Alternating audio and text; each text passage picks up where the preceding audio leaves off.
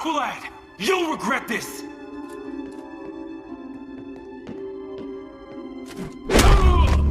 I believe I have outgrown the name Aqualad, as well as anything resembling regret. In the DC animated TV show Young Justice, there is a character called Aqualad, real name Calderon. He is the sidekick to Aquaman and the leader of the Young Justice team, and this is a video of all his powers and abilities. Being an Atlantean, Aqualad of course has the ability to breathe underwater. All Atlanteans can do this, even if they do not have visible gills, as most of the citizens of Poseidonis do not. Poseidonis is of course the capital city of Atlantis.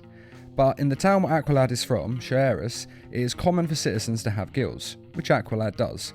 He also has webbed hands and feet which help him to swim. Aqualad is not a pure Atlantean, but rather a half Atlantean with an Atlantean mother and a human father, the same as Aquaman. Aqualad always believed that his father was Calvin Durham, a human who was at one point a henchman for Black Manta, and genetically altered to be able to live underwater. And although Calvin Durham did help to raise Aqualad, his biological father was later revealed to be Black Manta. Father, congratulations, son. You did well. I don't suppose Aquaman died in the explosion. Unlikely. Pity. Aqualad's skin is denser than normal humans, giving him semi-invulnerability, meaning that his skin is not able to stop a bullet, but it can withstand a great deal of force, including most knives, though it is not strong enough to stop sharp katanas. Atlantean skin is quite dense. And my shuriken are quite poisonous.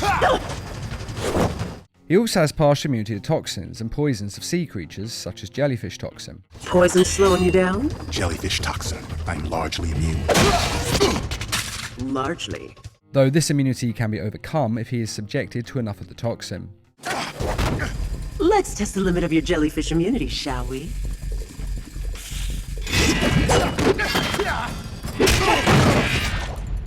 There, limit tested. Again, as an Atlantean, his muscle structure is denser than a normal human's, making him stronger than a normal human and giving him super strength. That is not on the same level as Superboy, but it does allow him to hold his own in a fight with Superboy.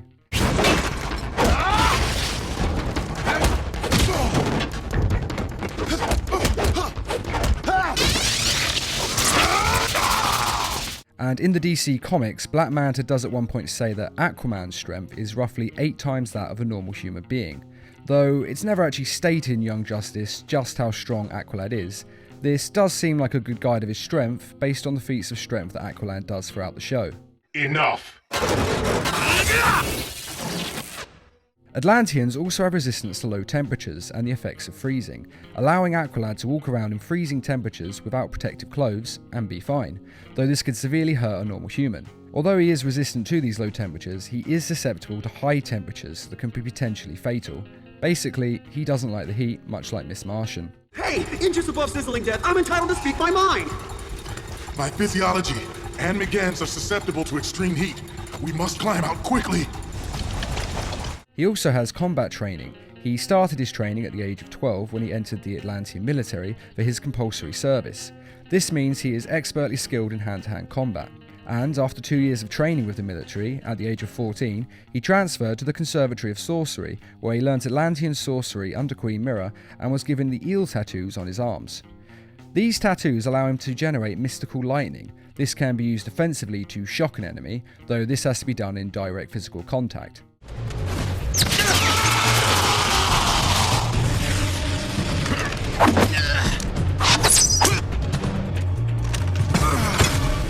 I was not certain that would work, but it seems Beetle is indeed vulnerable to mystic energy. And Aqualad cannot shoot or blast lightning from his hands to hit an enemy, though he can conduct it through water to attack his enemies. He also has hydrokinesis that allows him to manipulate any nearby water. He cannot generate water on his own, he actually carries water in his backpack that he can solidify at will to form solid objects, such as swords, maces and shields. These are quite strong and can even slice through metal. But he is able to manipulate all the water around him. The exact amount is never made clear, but in certain situations he can manipulate quite a large quantity.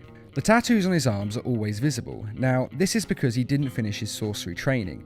Aqualad left his sorcery training after helping to rescue Aquaman from his enemy Ocean Master. Impressed with their valor, Aquaman offered both young heroes the opportunity to be his protege. Garth chose to continue his studies at the Conservatory of Sorcery, but the brave Calder accepted his king's offer and became Aqualad!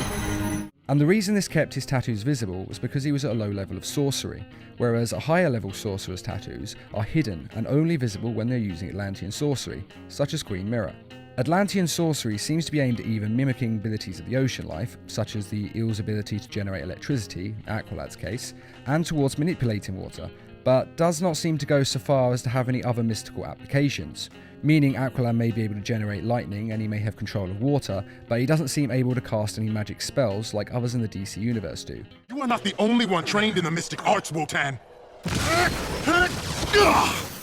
Please, Atlantean, do not pretend you are in my league.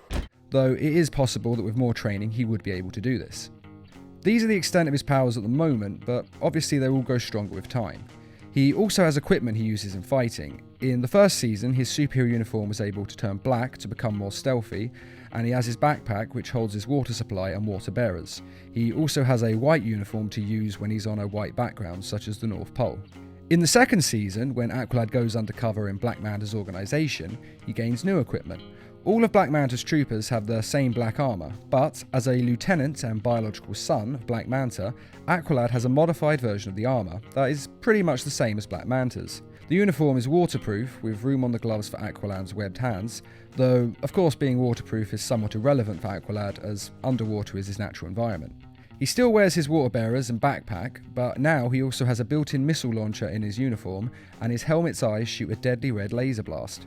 It is worth noting that although Aqualad has powers, he is technically speaking not a metahuman, as his powers and abilities are based on training and sorcery, so it is possible that he could develop new superpowers if he carries the metagene, just like Lagoon Boy can. But Lagan already has powers.